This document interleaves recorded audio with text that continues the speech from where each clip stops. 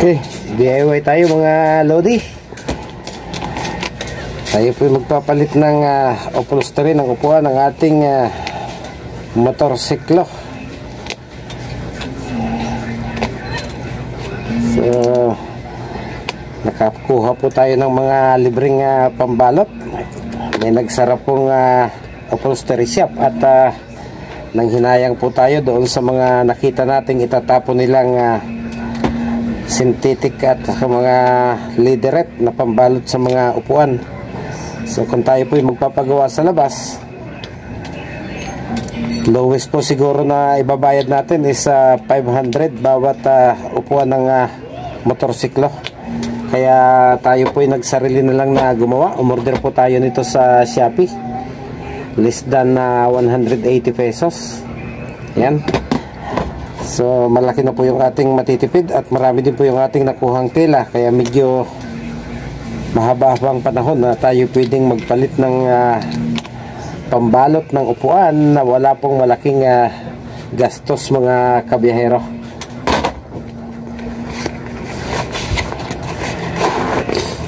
Ayan.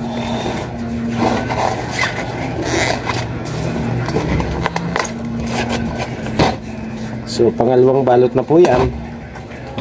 Pangatlo na po yung ating ipapalit. Sa pangatlong pagkakataon magpapalit po tayo ng balot ng ating upuan.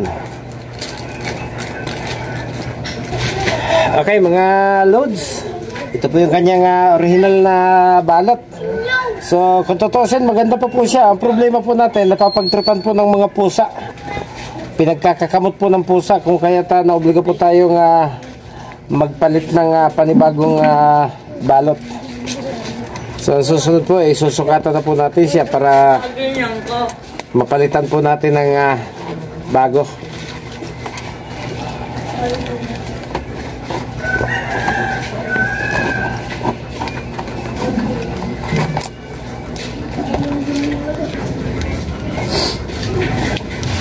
Okay, ito po yung ating napiling kulay na ipapalit. Medyo marami-rami po kasi yung kulay na ating napulot. So pipili po tayo kung alin po yung ating gagamitin.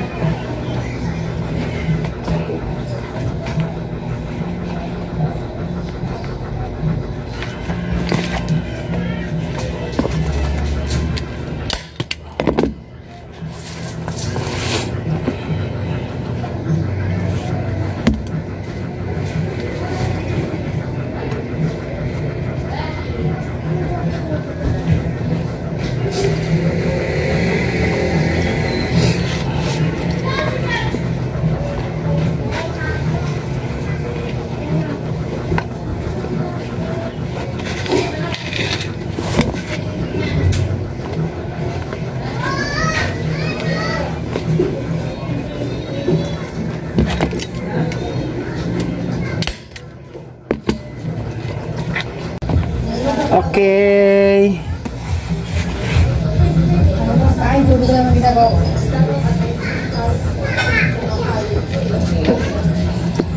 Okay, tapos na po natin yung isang maliit. Ito naman pong pangalawang piraso yung ating gagawin.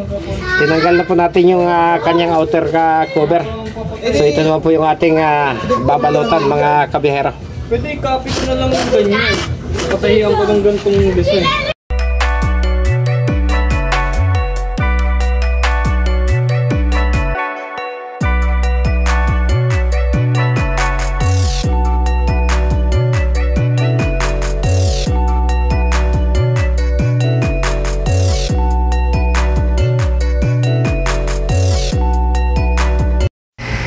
Okay, ito na po siya. Dalawang putol po kasi yung upuan ng ating motorsiklo. At sa unang subok po natin, medyo pasado naman.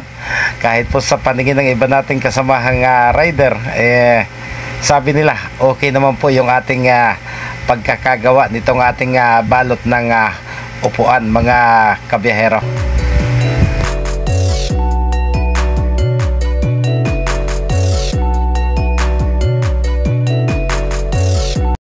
Okay, pagkatapos po nating mabalutan yung ating motorsiklo, ito naman pong sa aking kaibigan ang ating gagawin. Pareho po ng modelo yung aming motor. Kaya pareho din po yung design ng aming upuan. Pero medyo kakaiba po yung kulay na kanyang nakursunadahan. Medyo malapit sa pink yung kulay na napili niyan tela, mga kabihero. So ito pong si Rene Salar ay kasama po natin sa trabaho sa Gold Line Tours. At kasama rin po natin, board of director po siya itong aming Riders Club. So pagkatapos nun sa akin, ito naman pong kanya ang ating aasikasuhin, mga kabiyahero.